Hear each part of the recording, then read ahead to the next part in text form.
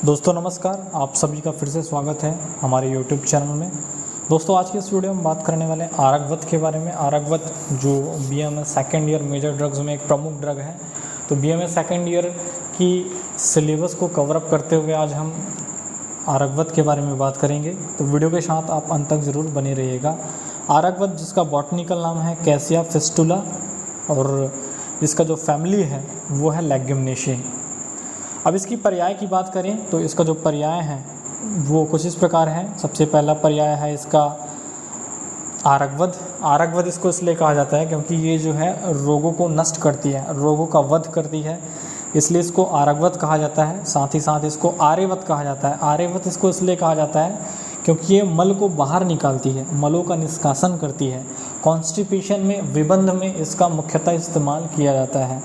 तो आर्यवत कहा जाता है इसको क्योंकि ये कॉन्स्टिपेशन में विबंध को नष्ट करता है। साथ ही साथ इसको राजवृक्ष कहा जाता है क्योंकि इसका सुंदर वृक्ष होता है, और इसको संपाक कहा जाता है क्योंकि ये कल्पनाकारी फल देने वाला होता है। चतुरांगुल, ये जो है चतुरांगुल इसका मोस्ट कॉमन पर्याय है। संहिताओं में ये मुख्यतः प्रचलित है। संहिताओं में जो चतुरांगुल है उसका उपयोग किया जाता है, चतुरांगुल पर्याय का उपयोग किया जाता है। तो चतुरांगुल इसको इसलिए कहा जाता है, इनके जो पर्व हैं, इनके जो नोड्स हैं, उनके जो प्रमाण होते हैं वो 4 अंगुल होता है, इसलिए इसको चतुरांगुल कहा जाता है। इसको व्याधिघात कहा जाता है। तो व्याधिघात और अरगवद दोनों का जो अर्थ है वो लगभग एक प्रकार है। ये व्याधि को नष्ट करता है, इसलिए इसको व्याधिघात कहते हैं, और इसलिए इसको अरगवद भी कहा जाता है। तो सुवर्ण कहा जाता है इसको, सुवर्णक कहा जाता है। सुवर्णक इसको इसलिए कहा जाता है क्योंकि इसका जो सुंदर वर्ण वाला होता है, और इसको स्वर्ण आभूषण कहते हैं। स्वर्ण आभूषण इसको इसलिए कहा जाता है क्योंकि इसका जो फूल है वो स्वर्ण कलर का होता है, गोल्डन कलर का होता है। तो फूल गोल्डन कलर के होने के कारण इसका जो पेड़ है वो ऐसा लगता है जैसे आरगवद जो है वो सोने का आभूषण धारण किया हुआ है, इसलिए इसको स्वर्ण आभूषण कहा जाता है। साथ ही साथ कृतमाल और दीर्घफला कहा जाता है। तो देखिए जो भी पर्याय हैं उसको रटने की ज़रूरत नहीं है। सारे जो पर्याय हैं वो बहुत ही मज़ेदार और इंटरेस्टिंग पर्याय हैं। आरगवद, आर्यवत और स्वर्णभूषण इसका जो पर्याय है मुझे बहुत ही अच्छा लगा। और साथ ही साथ इसको अमलतास कहा जाता है हिंदी में, और सियार लाठी कहा जाता है। अमलतास आपने सुना होगा, अमलतास, और आपने देखा भी होगा। तो इंग्लिश में इसको कहा जाता है परगिंग कैसिया। साथ ही साथ इसको गोल्डन सावर ट्री भी कहा जाता है, गोल्डन सावर ट्री कहा जाता है। इसकी गण की बात करें, इसको कौन कौन से गण में रखा गया है, तो सबसे पहले आचार्य चरक जी ने इसको कुष्ठग्न कहा है, कंडुग्न कहा है, विरेचन कहा है, और तिक्त स्कंद गण में रखा है। तो कुष्ठग्न, कंडुग्न, विरेचन। तो कुष्ठग्न कहने से, विरेचन कहने से मतलब क्यों कहा गया है इसकी बात करते हैं। जो आरगवद है उसका जो वीर्य है, मतलब पचने के बाद ये जो शरीर में ठंडक उत्पन्न करती है, तो शीत वीर्य होता है। तो अपनी शीतता से शरीर में जितने भी उष्ण चीज़ें हैं, शरीर में जितने भी गर्म चीज़ें हैं उनको समन करती है।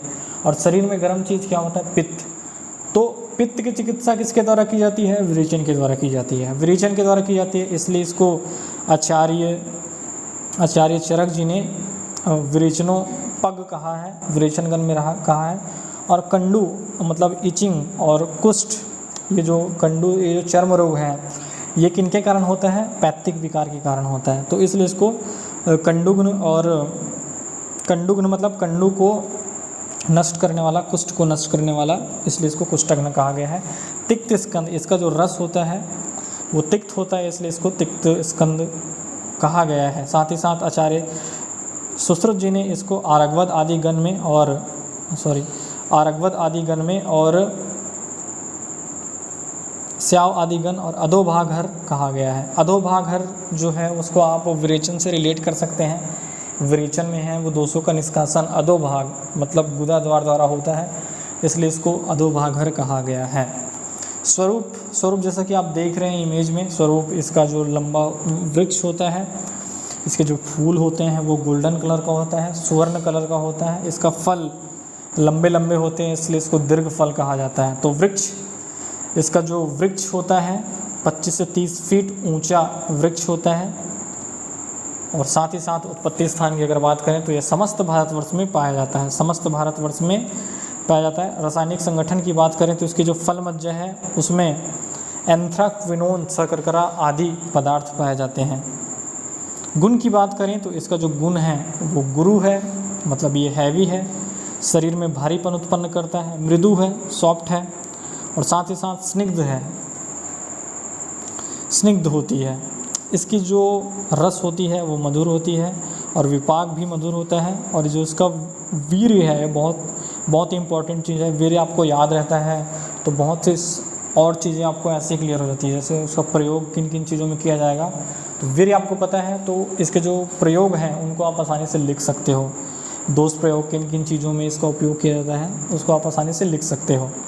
तो चलिए बात करते हैं प्रयोग की, किन किन चीज़ों में इसका प्रयोग किया जाता है। तो देखिए वीर्य हमने पढ़ा था, वीर्य कैसा है इसका, शीत वीर्य है। तो सिंपल सी बात है, ठंडक होती है इसमें, पचने के बाद इस शरीर में ठंडक उत्पन्न करती है। तो अपनी शीतता से जो शरीर में उपस्थित गर्म चीज़ों का यह समन करती है और शरीर में गर्म चीज़ जो होता है वो पित्त होता है। तो वैसे तो वात पैथिक विकारों में समसमनार्थ प्रयुक्त होता है, विशेषता पैथिक विकार में इसका उपयोग होता है और पित्त व कफ विकारों में इसका संशोधन किया जाता है। संस्थानिक कर्म बाएँ की बात करें तो इसका संस्थानिक कर्म मतलब एक्सटर्नली इसका क्या क्या उपयोग होता है। तो आप ऐसे देख सकते हो कि आम वात रक्त, आम वात, संधि वात, व्रण शोथ, ग्रंथि शोथ, मतलब आर्थराइटिस में इसका उपयोग होता है। किसी प्रकार की शोथ या वेदना युक्त विकार हैं उनमें फल मज्जा व पत्र का लेप किया जाता है। किसी प्रकार की स्वेलिंग हो गई है या किसी प्रकार का पेन है शरीर में तो इसकी फल मज्जा और पत्र का लेप किया जाता है, ये इसका एक्सटर्नल यूज़ हो गया। साथ ही साथ मुख व गले के रोगों में क्वाथ का कुल्ला किया जाता है। मुख व गले के रोगों में क्वाथ का कुल्ला किया जाता है। साथ ही साथ इसका जो कुष्ठ तथा कंडों में पत्र का लेप तथा उद्वर्तन मतलब होता है घिसना, रगड़ना। तो इसलिए इसको कुष्ठग्न कंडुग्न इसलिए कहा है आचार्यों ने, क्योंकि कुष्ठ में कंडू मतलब हुआ दाँत खात खुजली, कुष्ठ मतलब हो गया लेप्रोसी। तो उसमें इसका उपयोग किया जाता है। किसका उपयोग किया जाता है, पत्र का लेप और उद्वर्तन किया जाता है। अभ्यंतर नाड़ी संस्थान, ये वात व्याधि में विशेषता उपयोग होता है। अभ्यंतर नाड़ी संस्थान की अगर बात करें तो वात व्याधि में इसका उपयोग होता है। पाचन संस्थान की बात करें तो ये अरुचि में, विबंध में, एनारेक्सिया, कॉन्स्टिपेशन, उदावर्त, सूल किसी प्रकार की सूल है, यकृत शोथ, लीवर में किसी प्रकार की स्वेलिंग है और कामला जॉइंडिस में इसका उपयोग होता है। रक्त व संस्थान की बात करें तो हृदय रोग में, रक्तपीत में, वात रक्त में और शोथ में इसका उपयोग होता है। श्वसन संस्थान की बात करें तो शुष्क काश में, शुष्क काश हो गया, शुष्क काश में श्वास कष्ट में आने पर इसके पुष्प का अवलेह बनाकर दिया जाता है। श्वास मतलब किस प्रकार की श्वास की बीमारी है, श्वास कष्ट से आता है किसी व्यक्ति को तो उसके पुष्प का अवलेह बनाकर दिया जाता है। मूत्र व संस्थान, मूत्रकिच में इसका उपयोग किया जाता है। देखिए मूत्रकिच क्या है, श्वास रोग क्या है, अजीर्ण, अग्निमान, ये सारी जो डिसीज़ हैं इनको हम रोग निदान में अच्छे डिटेल से पढ़ेंगे। तो देखो एक एक चीज़ों को अगर डिस्क्राइब करते बैठे तो वीडियो बहुत लंबा हो जाएगा, तो इसलिए हम बस पर्टिकुलर टर्म्स को बता रहे हैं। तो जब हम रोग निदान पढ़ेंगे तो इन सारे टर्म्स को अच्छे से क्लियर करेंगे। तो त्वचा की बात करें, त्वचा में इसका प्रयोग किस प्रकार से किया जाता है, कुष्ठ में और दाह में, बर्निंग सेंसेशन। कुष्ठ मतलब किसी प्रकार की इचिंग हो रही है दाँत खात खुजली में और किसी प्रकार की बर्निंग सेंसेशन है तो उसमें इसका उपयोग किया जाता है। साथ ही साथ इसकी तापक्रम की बात करें तो तापक्रम में जो मूल त्वक का प्रयोग है वो अतीव किया जाता है। ज्वर में देखो मूल त्वक का प्रयोग अतीव किया जाता है। किस में किया जाता है, ज्वर में किया जाता है। ब्लैक वाटर फीवर में विशेष उपयोग होता है। तो इसका जो मूल त्वक है उसका विशेष उपयोग होता है। ज्वर में, ब्लैक वाटर फीवर में विशेष उपयोग होता है। प्रयोजांग इसकी होती है फल मज्जा मतलब इसका जो गूदा होता है, फल का जो गूदा होता है उसका उपयोग किया जाता है। मूल त्वक मतलब इसका जड़ की त्वचा होती है उसका इस्तेमाल किया जाता है। पुष्प का और पत्र का इसका उपयोग किया जाता है। इसकी मात्रा जो होती है फल मज्जा की जो मात्रा होती है वो 5 से 10 ग्राम होती है। और विरेचन के लिए इसका उपयोग किया जाता है तो 10 से 20 ग्राम की मात्रा में लिया जाता है। मूल त्वक है उसका जो क्वाथ है उसका उपयोग 50 से 100 ml लिया जाता है। पुष्प का जो है बाएं प्रयोग किया जाता है 5 से 10 ग्राम की मात्रा में।